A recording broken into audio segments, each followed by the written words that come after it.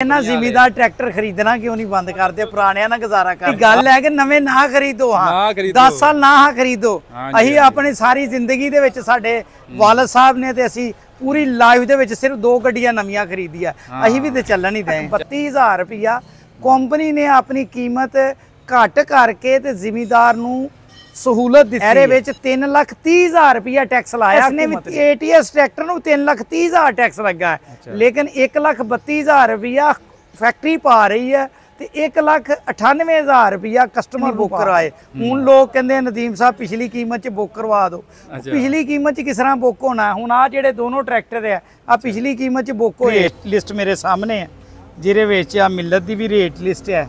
अच्छा जी ठीक है। अस्सलाम वालेकुम दोस्तों, अपना चैनल पीके यूट्यूब चैनल च खुश आमदीद कहने जी सारे भरावां नूं। अज मौजूद हाँ जी नदीम बदर आटो Barki road Lahore. ATS 290 special आए जी डिलीवरी वास्ते। कस्टमर भी नाल साडे मौजूद ने, नदीम साहब साडे नाल मौजूद ने। इन्हां नूं पुछदे हैं जी, तुहानूं पता है जी मिलत ने रेट वधा दित्ते ने। ATS के बारे पुछते हैं जी, इन्होंने रेट वधाए ने। फिलहाल डिटेल वगैरह तुहाडे नाल शेयर करते हैं। अस्सलाम वालेकुम जी। वालेकुम सलाम जी। नदीम साहब की हाल ठीक ठाक हो? शुक्र अल्हम्दुलिल्लाह। अच्छा जी ATS आए जी डिलीवरी वास्ते अज? जी आ डिलीवरी वास्ते एक गड्डी कल डिलीवर हुई है येलो कलर दी जी जी, ते 2 रेड हो रहा है गया भी डिलीवरी वास्ते है। अच्छा, ते एक हुणे लैके जा रहे, एक हो सकता सुबह चला जाए, एक येलो कलर दा कल इंशाल्लाह हो रहा आ जाएगा। मैं माशाल्लाह अच्छी सेल हो रही है जी ATS दी। शुक्र अल्हम्दुलिल्लाह, जिड्डे तवक्को सी और तो अच्छी हो रही है। बिल्कुल बिल्कुल। अच्छा तो पहला सानू ये दस दो जी की सूरत हाल? तुहानूं पता मिलत ने रेट वधा दित्ते ने ते ATS दी की सूरत हाल है जी? पुराना रेट है कि नवां है? 1 महीने पहले ही तुहाडे चैनल ते दस्सिया सी कि जिन्हां ने बुक कराने करवा लो, आ टैक्स लग जाना, आ नहीं जे बचना, आ नहीं जे रहना, ला लो, यकीन कर लो, टैक्स लग जाना जे 10%। जो लोगों ने यकीन नहीं किया, किसी ने नहीं बुक करवाए। हुण लोग कहंदे नदीम साहब पिछली कीमत च बुक करवा दो। पिछली कीमत च किस तरह बुक होना? हुण आ जेहड़े दोनों ट्रैक्टर है आ पिछली कीमत च बुक होए है। अच्छा अच्छा, पहली तो पहले दे आ इन्हां नूं मिले 34 लाख दे, 34 लाख 40,000 दे। हुण हो गया 36 लाख 38,000 दा। 2 लाख रुपया पूरा वध गया। 2,000 रुपया घट, पूरा 2 लाख का फर्क पै गया। 2 लाख रुपया ट्रैक्टर महंगा हो गया।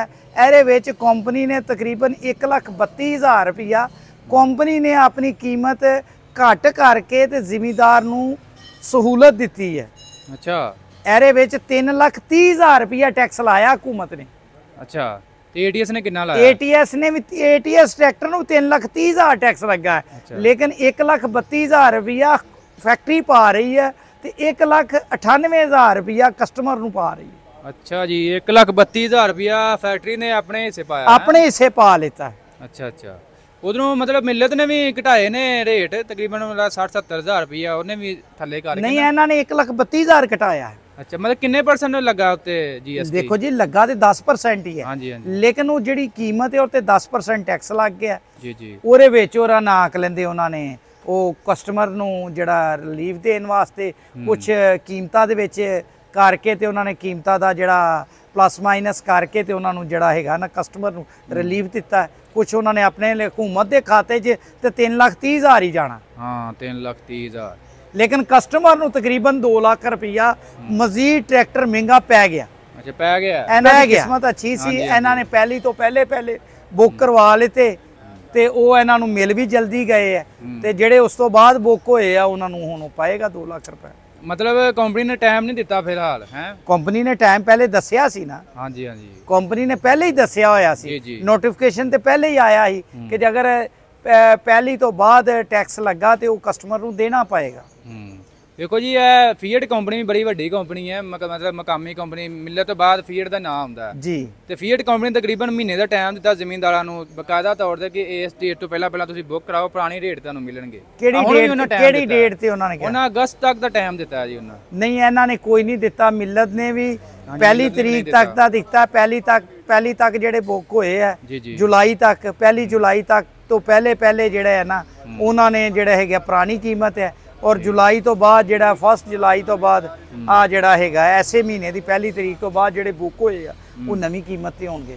ਇੱਕ ਮੈਨੂੰ ਵੇਖ ਕੇ ਬੜੀ ਖੁਸ਼ੀ ਹੋਈ ਹੈ ਜੀ, ਇਹ ATS ਨੇ ਵੀ ਰੇਟ ਲਿਸਟ ਕੱਢ ਦਿੱਤੀ ਹੈ। ਹਾਂਜੀ ਰੇਟ ਲਿਸਟ ਆ ਗਈ ਹੈ ਜੀ, ਰੇਟ ਲਿਸਟ ਮੈਂ ਤੁਹਾਨੂੰ ਦਿਖਾ ਦੇਣਾ ਅੱਜ। ਬੜੀ ਗੱਲ ਹੈ, ਉਹ ਵਿਖਾਓ ਜਿਹੜਾ ਸਾਡੇ ਜ਼ਿਮੀਂਦਾਰ ਨੂੰ ਰੇਟ ਲਿਸਟ ਵੀ ਤੁਹਾਨੂੰ ਹੁਣ ਤਸਵੀਰ ਦਿਖਾਣੇ ਆ ਮੇਰੇ ਸਾਹਮਣੇ ਹੈ, ਜਿਹਦੇ ਵਿੱਚ ਆ ਮਿਲਤ ਦੀ ਵੀ ਰੇਟ ਲਿਸਟ ਹੈ। ਅੱਛਾ ਜੀ ਠੀਕ ਹੈ। ਆ ਉਸ ਤੋਂ ਬਾਅਦ ਪਾਕ ਟਰੈਕਟਰ ਦੀ ਰੇਟ ਲਿਸਟ ਹੈ, ATS ਦੀ ਆ ਗਈ, ATS ਦੀ ਰੇਟ ਲਿਸਟ ਹੈ। ਉਸ ਤੋਂ ਬਾਅਦ ਅਲਗਾਜ਼ੀ ਦੀ ਹੈ, ਉਸ ਤੋਂ ਬਾਅਦ ਆ ਬੁੱਲ ਪਾਵਰ ਦੀ ਹੈ। ਸਾਰੀਆਂ ਰੇਟ ਲਿਸਟਾਂ ਮੈਂ ਕਢਵਾਈਆਂ ਹੈ ਤਾਂ ਕਿ ਦਿਖਾਉਣ ਵਾਸਤੇ, ਤਾਂ ਕਿ ਪਤਾ ਲੱਗੇ ਕਸਟਮਰ ਨੂੰ ਕੈਸ ਡੇਟ ਤੋਂ ਟੈਕਸ ਲੱਗ ਗਿਆ। ਬਾਕੀ ਕੰਪਨੀਆਂ ਨੇ ਵੀ ਸਾਰਿਆਂ ਨੇ ਵਧਾ ਦਿੱਤਾ। ਅੱਛਾ ਜੀ, ਇਹ ਬੁੱਲ ਪਾਵਰ ਦੱਸੋ, ਇਹਨਾਂ ਵੀ ਟਾਈਮ ਦਿੱਤਾ? ਬੁੱਲ ਪਾਵਰ ਵਾਲਿਆਂ ਨੇ, ਇਹਨਾਂ ਨੇ ਵੀ ਦੇ ਦਿੱਤਾ ਜੀ, ਇਹਨਾਂ ਨੇ ਵੀ ਕੋਈ ਟਾਈਮ ਨਹੀਂ ਦਿੱਤਾ। 30 ਜੂਨ ਤੋਂ। ਅੱਛਾ 30 ਜੂਨ 2024 ਆਫਟਰ ਦਿਸ। ਹਾਂ ਮਤਲਬ ਇਹਨਾਂ ਵੀ ਵਧਾ ਦਿੱਤਾ। ਇਹਨਾਂ ਨੇ ਵੀ, ਉਹਨਾਂ ਨੇ ਇੱਕ ਦਿਨ ਦਾ ਫਰਕ ਹੈ, ਉਹਨਾਂ ਨੇ ਯਕਮ ਨੂੰ ਕਰ ਦਿੱਤਾ, ਇਹਨਾਂ ਨੇ 30 ਜੂਨ ਨੂੰ ਕਰ ਦਿੱਤਾ। ਅੱਛਾ ਅਗਲਾ ਕੱਢੋ ਜੀ, ਅਗਲਾ ਕੱਢੋ ਜੀ। ਅਗਲਾ ਹੈਗਾ ਅਲਗਾਜ਼ੀ ਵਾਲਿਆਂ ਨੇ ਟਾਈਮ ਦਿੱਤਾ। ਅਲਗਾਜ਼ੀ ਵਾਲਿਆਂ ਨੇ ਇੱਥੇ ਪਤਾ ਨਹੀਂ 12 ਅਗਸਤ ਦੀ ਕਰਾ ਵੇਖੋ ਜੀ, 12 ਅਗਸਤ 29 ਜੁਲਾਈ 5 ਅਗਸਤ 5 ਅਗਸਤ। ਹਾਂਜੀ ਇਹਨਾਂ ਨੇ ਟਾਈਮ ਦਿੱਤਾ, ਬਾਕੀ ਕਿਸੇ ਨੇ ਟਾਈਮ ਨਹੀਂ ਦਿੱਤਾ।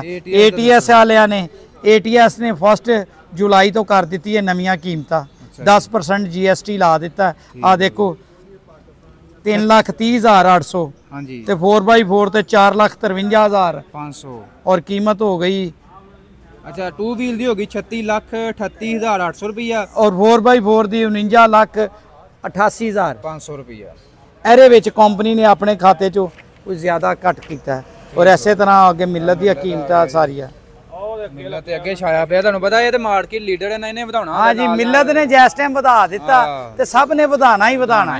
ਨਾਲੇ ਗੱਲ ਹੈ ਕਿ ਟੈਕਸ ਜਿੰਨਾ 3 ਲੱਖ ਰੁਪਇਆ ਟੈਕਸ ਹੈ, ਉਹ ਕਿਸੇ ਵੀ ਕੋ 10% ਹੈਗਾ, ਉਹ ਕਿਸੇ ਵੀ ਕੰਪਨੀ ਨੇ ਆਪਣੇ ਕੋਲੋਂ ਤੇ ਨਹੀਂ ਪਾਣਾ, ਨਹੀਂ ਪਾਣਾ ਬਿਲਕੁਲ। ਉਹ ਤੇ ਮੈਂ ਅੱਗੇ ਹੀ ਕਹਿ ਰਿਹਾ ਸੀ, ਅੱਲਾ ਕਰੇ ਇਹਨਾਂ ਦੇ ਦਿਲ 'ਚ ਰਹਿਮ ਆ ਜਾਏ ਤੇ ਆ ਨਾ ਪਾਣ। ਜ਼ਿਮੀਦਾਰ ਤੇ ਅੱਗੇ ਹੀ ਮਰੇ ਪਏ ਆ, ਲੇਕਿਨ ਉਹ ਹੁਣ ਦੇਖੋ ਨਹੀਂ ਉਹਨਾਂ ਨੇ ਕੀਤਾ ਤੇ ਪਾ ਦਿੱਤਾ। ਜ਼ਿਮੀਦਾਰ ਮਰੇ ਨੂੰ ਥੋੜਾ ਜਿਹਾ ਹੋਰ ਮਾਰ ਦਿੱਤਾ, ਹੋਰ ਤੇ ਕੋਈ ਗੱਲ ਨਹੀਂ ਹੈ। ਨਦੀਮ ਸਾਹਿਬ ਜ਼ਿਮੀਦਾਰ ਸ਼ਿਕਵਾ ਕਰਦੇ ਵੇ, ਜਿਵੇਂ ਤੁਹਾਨੂੰ ਪਤਾ ਆ ਜਿਹੜੇ ਆਟਾ ਮਿੱਲਾਂ ਫਲੋਰ ਮਿੱਲਾਂ ਇਹਨਾਂ ਨੇ ਟੈਕਸ ਲੱਗਾ, ਇਹਦੇ ਨਾਲ ਹੜਤਾਲ ਕਰਕੇ ਨਾ ਤਕਰੀਬਨ 3-4 ਦਿਨ ਮਿੱਲਾਂ ਬੰਦ ਕਰ ਦਿੱਤੀਆਂ। ਠੀਕ ਹੈ। ਤੇ ਜ਼ਿਮੀਦਾਰ ਆਂਦੇ ਨੇ ਇਹ ਕਿਉਂ ਨਹੀਂ ਬੰਦ ਕਰ ਸਕੇ? ਮੈਂ ਕਹਿੰਦਾ ਜ਼ਿਮੀਦਾਰ ਟਰੈਕਟਰ ਖਰੀਦਣਾ ਕਿਉਂ ਨਹੀਂ ਬੰਦ ਕਰਦੇ, ਪੁਰਾਣਿਆਂ ਨਾਲ ਗੁਜ਼ਾਰਾ ਕਰ ਲੈ। ਆਹ ਗੱਲ ਕੀਤੀ ਜਿਹੜੀ ਗੱਲ ਹੈ ਕਿ ਨਵੇਂ ਨਾ ਖਰੀਦੋ, ਹਾਂ 10 ਸਾਲ ਨਾ ਖਰੀਦੋ। ਅਸੀਂ ਆਪਣੀ ਸਾਰੀ ਜ਼ਿੰਦਗੀ ਦੇ ਵਿੱਚ, ਸਾਡੇ ਵਾਲਦ ਸਾਹਿਬ ਨੇ ਤੇ ਅਸੀਂ ਪੂਰੀ ਲਾਈਫ ਦੇ ਵਿੱਚ ਸਿਰਫ 2 ਗੱਡੀਆਂ ਨਵੀਆਂ ਖਰੀਦੀਆਂ, ਅਸੀਂ ਵੀ ਤੇ ਚੱਲਣ ਹੀ ਦਏ, ਚੱਲਣ ਦੇ ਨਹੀਂ ਚੱਲਦੀਆਂ ਪੁਰਾਣੀਆਂ। ਇੱਕ ਸਾਡੇ ਵਾਲਦ ਸਾਹਿਬ ਨੇ ਸਾਰੀ ਜ਼ਿੰਦਗੀ 'ਚ ਨਵੀਂ ਖਰੀਦੀ, ਇੱਕ ਅਸੀਂ ਖਰੀਦੀ, ਬਾਕੀ ਪੁਰਾਣੀਆਂ ਹੀ ਲੈ ਕੇ ਠੀਕ ਕਰਨ ਦਾ ਹੈ, ਤੇ ਉਹਨੂੰ ਹੀ ਚਲਾਉਂਦਾ ਹੈ, ਨਾ ਲੈਣ ਨਵੀਆਂ। ਵੇਖੋ ਜੀ ਜ਼ਿਮੀਂਦਾਰ ਵੀ ਅੱਜਕੱਲ ਕਾਰੋਬਾਰੀ ਬਣ ਗਿਆ, ਲੈਂਦੇ ਨੇ ਨਵੀਂ ਸਾਲ ਚਲਾ ਕੇ ਫਿਰ ਵਾਧੇ 'ਚ ਵਿਕ ਜਾਂਦੀ ਹੈ। ਸਰ ਜੀ ਹੁਣ ਤੇ ਨਵੀਆਂ ਦਾ ਵੀ ਹਾਲ ਕੋਈ ਨਹੀਂ ਹੈ, ਭਾਵੇਂ ਕਿਸੇ ਕੰਪਨੀ ਦੇ ਹੀ ਹੈ, ਨਵੀਆਂ ਦਾ ਵੀ ਇੱਕ ਛੋਟੀ ਮੋਟੀ ਮੁਰੰਮਤ ਉਹਨਾਂ ਦੀ ਵੀ ਨਿਕਲ ਆਂਦੀ ਹੈ ਤੇ ਪੁਰਾਣੀ ਦੀ ਵੀ ਨਿਕਲ ਆਂਦੀ ਹੈ, ਉਹਦੀ ਵੀ ਤੇ ਕਰਾਣੀ ਪੈਂਦੀ ਤੇ ਪੁਰਾਣੀ ਦੀ ਵੀ ਕਰਾਣੀ ਪੈਂਦੀ। ਗੱਲ ਤੇ ਉੱਥੇ ਹੀ ਹੈ, ਲੇਕਿਨ ਚਲੋ ਦਿਲ ਨੂੰ ਤਸੱਲੀ ਹੁੰਦੀ ਹੈ, ਗੱਡੀ ਨਵੀਂ ਹੈ, ਕੰਪਨੀ ਕਲੇਮ ਦਿੰਦੀ ਹੈ। ਤੇ ਮਾਸ਼ਾਅੱਲਾ 2 ਗੱਡੀਆਂ, ਦੋਨਾਂ ਨੂੰ ਆਇਲ ਕੂਲਰ ਲੱਗੇ ਆ। ਦੇਖੋ ਆ ਕਸਟਮਰ ਨੇ ਇਹਨੂੰ ਵੀ ਆਇਲ ਕੂਲਰ ਲਵਾਇਆ, ਠੀਕ ਹੋ ਗਿਆ। ਠੀਕ ਹੈ, ਇਸ ਪਾਸੇ ਇਹਨੂੰ ਵੀ ਆਇਲ ਕੂਲਰ ਲੱਗ ਰਿਹਾ। ਆ ਦੇਖੋ ਇਹਦਾ ਆਇਲ ਕੂਲਰ ਆ ਬਣਿਆ ਪਿਆ, ਇਸ ਗੱਡੀ ਨੂੰ ਵੀ ਆਇਲ ਕੂਲਰ ਲੱਗ ਰਿਹਾ। ਦੇਖੋ ਕਿੱਡਾ ਵੱਡਾ ਆਇਲ ਕੂਲਰ, ਕੋਈ ਆਇਲ ਕੂਲਰ ਦੇ ਨਾਂ ਤੇ ਮਜ਼ਾਕ ਨਹੀਂ ਕੀਤਾ, ਸਹੀ ਆਇਲ ਕੂਲਰ ਆ। ਦੇਖੋ ਇਹਦਾ ਸਾਈਜ਼ ਦੇਖੋ ਕਿੱਡਾ ਵੱਡਾ, ਸਟੈਂਡਰਡ ਦੇ ਮੁਤਾਬਿਕ ਜਿੱਡਾ ਰੇਡੀਏਟਰ ਓਡਾ ਕੂਲਰ। ਆ ਨਹੀਂ ਕਿਵੇਂ ਆਇਲ ਕੂਲਰ ਦੇ ਨਾਂ ਤੇ ਧੋਖਾ। ਆ ਦੇਖੋ ਜਿੱਡਾ ਰੇਡੀਏਟਰ ਉਹਦਾ। ਦੋਸਤੋ ਮਾਸ਼ਾਅੱਲਾ ਜ਼ਿਮੀਂਦਾਰ ਸਾਡੇ ਨਾਲ ਜਮਾ ਹੋ ਗਏ ਨੇ ਜੀ, ਟਰੈਕਟਰ ਅੱਜ ਡਿਲੀਵਰੀ ਲੈਣ ਆਏ ਨੇ ਤੇ ਇਹਨਾਂ ਨਾਲ ਗੱਲਬਾਤ ਕਰਦੇ ਆਂ। अस्सलाम वालेकुम जी। ਭਾਈ ਕਿਹੜੇ ਇਲਾਕੇ 'ਚ ਆਏ ਹੋ? ਫੈਸਲਾਬਾਦ ਦੇ ਇਲਾਕੇ। ਅੱਛਾ ਨਾਂ ਦੱਸਿਓ ਜੀ ਆਪਣਾ। ਨਾਮ ਮੇਰਾ ਜੀ ਮੁਹੰਮਦ ਫਹੀਮ। ਅੱਛਾ ਤੇ ਕਿੰਨੀ ਦੇਰ ਪਹਿਲਾਂ ਬੁੱਕ ਕਰਾਇਆ ATS? ਕਿੰਨੇ ਦਿਨ, ਮੇਰਾ 10 ਦਿਨ ਹੋਏ ਤਕਰੀਬਨ। ਅਸੀਂ ਕੋਈ 28 ਜੂਨ ਨੂੰ ਪੇਮੈਂਟ ਕੀਤੀ ਸੀ। 28 ਜੂਨ ਨੂੰ, ਤਕਰੀਬਨ 15-20 ਦਿਨ ਬਾਅਦ ਤੁਹਾਨੂੰ ਡਿਲੀਵਰੀ ਮਿਲ ਗਈ। ਹਾਂਜੀ, ਮਤਲਬ ਡਿਲੀਵਰੀ ਟਾਈਮ ਘੱਟ ਹੋ ਗਿਆ ਕੰਪਨੀ ਦਾ, ਤਕਰੀਬਨ ਪਹਿਲਾਂ ਤੇ 30-40 ਦਿਨ ਇਹ ਜੀ ਨਦੀਮ ਸਾਹਿਬ ਦੀਆਂ ਕਾਬਸ਼ਾਂ ਨਾਲ ਟਰੈਕਟਰ ਤੇ ਇਹਨਾਂ ਦਾ ਕੋਈ ਮੇਰਾ ਹਾਲ 8 ਦਿਨ ਪਹਿਲੇ 8 ਦਿਨ ਪਹਿਲੇ ਆ ਗਿਆ। 8 ਦਿਨ ਪਹਿਲੇ ਦਾ ਮੇਰੇ ਕੋਲ ਆਇਆ ਹੈ। ਠੀਕ ਹੈ ਠੀਕ ਹੈ। ਗੱਡੀ ਹੈਗੀ ਸੀ ਬੈਂਕ ਦੀ। ਅੱਛਾ ਅੱਛਾ। ਗੱਡੀ ਬੈਂਕ ਦੀ ਸੀ, ਉਹਨਾਂ ਨੇ ਕਿਹਾ ਤੁਸੀਂ ਇਹਦੇ ਪਹਿਲੇ ਨਾ ਕਾਗਜ਼ ਵਗੈਰਾ ਕਰਵਾਓ, ਫਿਰ ਇਹ ਉਹ ਕਰੋ, ਉਹ ਸਾਨੂੰ ਭੇਜੋ ਤੇ ਫਿਰ ਅਸੀਂ ਇਹਨੂੰ ਗੱਡੀ ਕਰਾਂਗੇ। ਮੈਂ ਕਿਹਾ ਯਾਰ ਤੁਸੀਂ ਆ ਜਾਓ ਗੱਡੀ ਲੈ ਜਾਓ। ਹੁਣ ਗੱਡੀ ਲੈ ਕੇ ਜਾ ਰਹੇ ਆ ਤੇ ਕਾਗਜ਼ ਵੈਸੇ ਅਜੇ ਤੱਕ ਆਏ ਨਹੀਂ, ਉਹ ਵੀ 1 ਅੱਧੇ ਦਿਨ ਚ ਆ ਜਾਣਗੇ। ਤੇ ਬਾਕੀ ਇਹਨਾਂ ਦਾ ਰੂਟਾਵੇਟਰ ਦਾ ਮਸਲਾ ਸੀ, ਉਹ ਰੂਟਾਵੇਟਰ ਤਿਆਰ ਨਹੀਂ ਸੀ, ਕੁਛ ਇਸ ਵਜ੍ਹਾ ਕਰਕੇ ਡਿਲੇ ਹੋ ਗਿਆ। ਗੱਡੀ ਤੇ ਇਹਨਾਂ ਦੀ ਮੇਰੇ ਕੋਲ ਮੇਰੇ ਖਿਆਲ 1 ਹਫ਼ਤਾ ਹੋ ਗਿਆ ਆਈ ਪੜੀ। ਠੀਕ ਹੈ। ਅੱਛਾ ਭਾਈ ਤੁਹਾਡੇ ਇਲਾਕੇ 'ਚ ਹੋਰ ਵੀ ਗਿਆ ATS ਕੋਈ? ATS ਸਾਡੇ ਕਰੀਬ ਤੇ ਫਿਲਮਾਂ ਤਾਂ ਕੋਈ ਨਹੀਂ ਸਾਡੇ ਕੋਲ ਹਲੇ। ਫੈਸਲਾਬਾਦ ਏਰੀਆ 'ਚ 3-4 ਗਏ ਨੇ ਉਂਝ ਗਏ ਆ, ਲੇਕਿਨ ਕਿ ਦੂਰ ਦੇ ਇਲਾਕੇ 'ਚ। ਦੂਰ ਇਲਾਕੇ। ਅੱਛਾ ਤੇ ਅੱਜ ਮਾਸ਼ਾਅੱਲਾ ਡਿਲੀਵਰੀ ਤੁਹਾਨੂੰ ਮਿਲੀ ਹੈ ਤੇ ਨਾਲ ਸਪੈਸ਼ਲ ਆਇਲ ਕੂਲਰ ਵੀ ਲਵਾਇਆ ਤੁਸੀਂ? ਜੀ ਆਇਲ ਕੂਲਰ ਵੀ ਲਵਾਇਆ, ਵੇਟ ਵੀ ਲਵਾਇਆ। ਕੀ ਸਮਝਦੇ ਆਇਲ ਕੂਲਰ ਦਾ ਫਾਇਦਾ ਕੋਈ ਜ਼ਿਮੀਂਦਾਰਾਂ ਨੂੰ ਦੱਸੋ?